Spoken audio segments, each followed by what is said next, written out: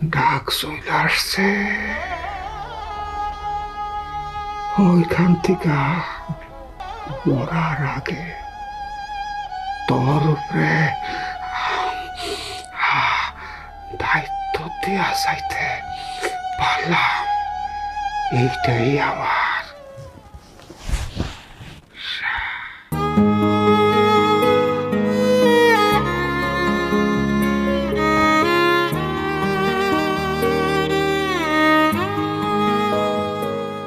মৃত্যুর মিছিলে যোগ হলেন আরও একজন।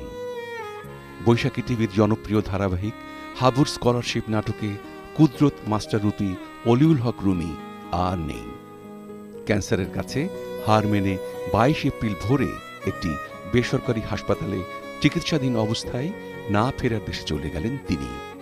তাকে হারিয়ে শোকের ছায়া নেমে আসে